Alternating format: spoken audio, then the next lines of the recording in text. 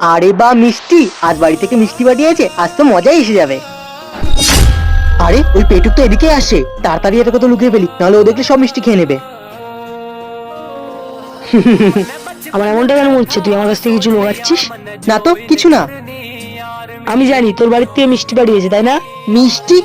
কই না তো।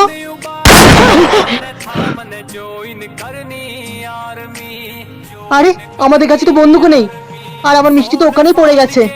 মিষ্টি কোথায়? মিষ্টি ওখানে আছে মিষ্টি।